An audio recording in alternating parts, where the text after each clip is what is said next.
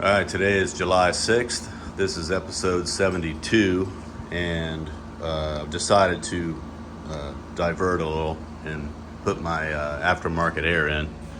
So I've got the components of it laying over here. We got a compressors in that box, condenser, dryer, hoses and miscellaneous parts, bracketry for the compressor and the belt and so forth. The actual unit is still in the house. I'll show that later. But right now, what I've got to do first is get that old heater box and system out. And so this is going to be quite an undertaking in and of itself, but all of that has to come out of there because none of it will be used. So, which is kind of good too. It just cleans things up underneath there. But I start by taking this battery out and getting the battery tray off. Take that hose out of there. I think that's a fresh air or something hose, drain hose. I don't know. I guess the drain hose from when it rains. But the blower motor nuts, there's one right there. There's two others behind it, and then there's one over here, from what I understand. So, and then, of course, the actual heater hose is coming off of the water pump, and it goes into the other one goes into the other side of the head over there.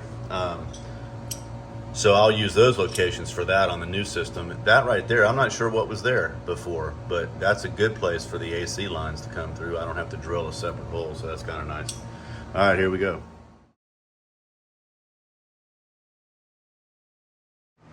Yeah, I got the battery tray out of there. I had to take out these two bolts here against the firewall, and then these two here.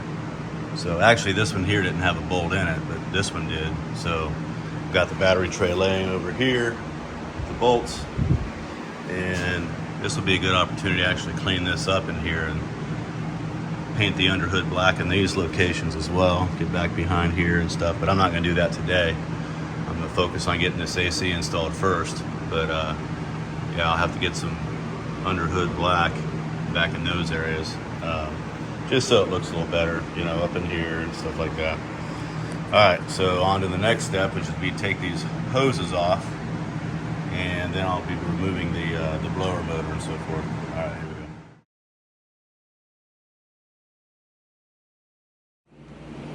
we go. Okay, there's the heater core and the blower motor set up right there out. And the fresh air vent thing is still in place. I think it stays in place. I'm waiting for a call back from Jeep Air, but I'm pretty sure it does. No reason to take it out. But looks like they provided a cover for it because this actually connected into the heater box. So my concern is, and my question for them is, what keeps water from getting down here and getting in the Jeep? So my assumption is that the drain back here, where that hose came off, takes care of that. I'm assuming that that's part of the system there. Obviously rain, you know, water from washing the Jeep will get in right there. So anyway, just double checking on that. So now, might clean that up there and get some, at least get some black paint back in there so it kind of matches the floor. I don't know. Be a good time to do it, but I don't feel like doing it because that means I got to clean all that off.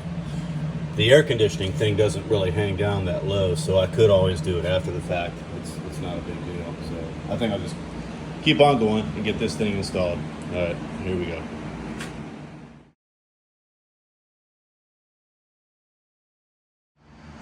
All right, I've been at it for several hours now. Got the evaporator, you know, the air conditioning unit there installed. I've got the lines connected there.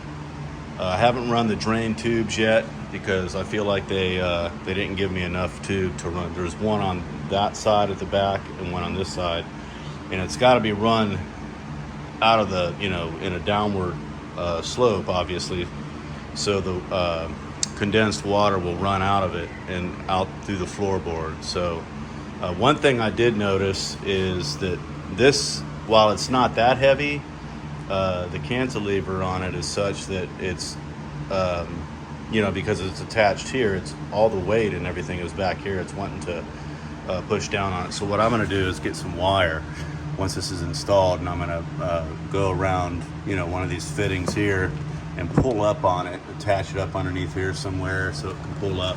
The other thing I noticed is this is a little bit low on that side, so there's a screw inside here right there.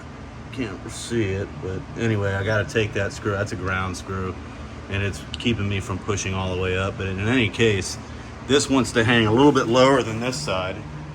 I don't know, maybe it's not that big of a difference, but I want to get it to where it's totally flush up against the bottom, that there's no gap in there, that it looks more like the center anyway. It's a little bit gapped on the outer edges, so that might take a little bit of finesse and Velcro or something, I don't know.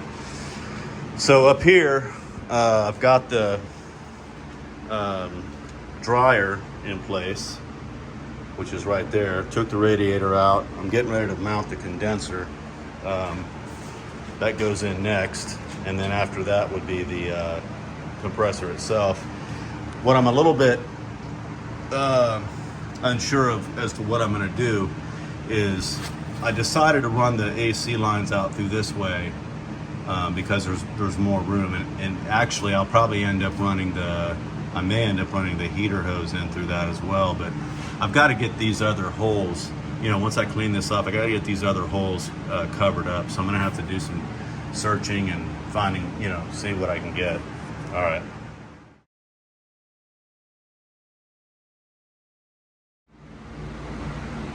All right, I'm going to stop here for today.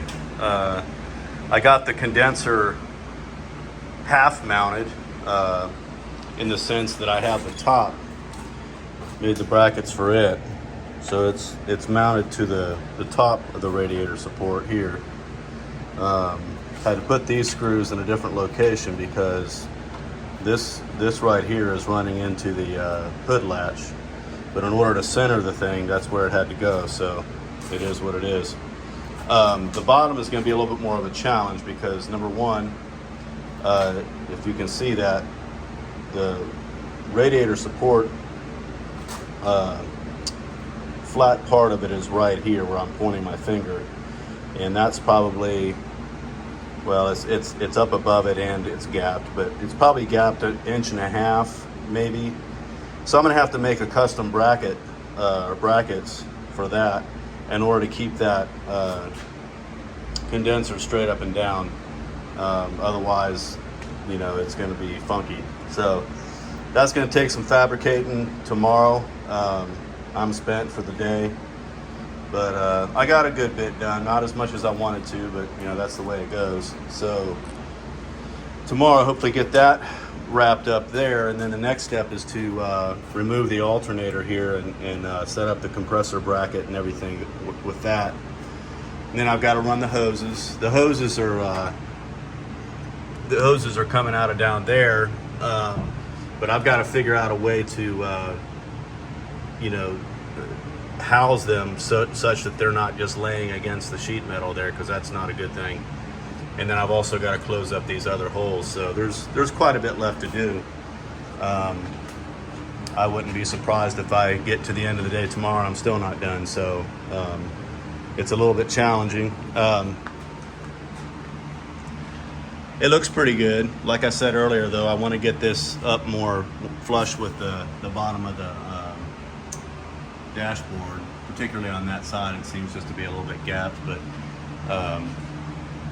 it'll be nice to have air for sure, especially since it's been like 110 degrees outside with the heat index. So anyway, let me get a shot from back here.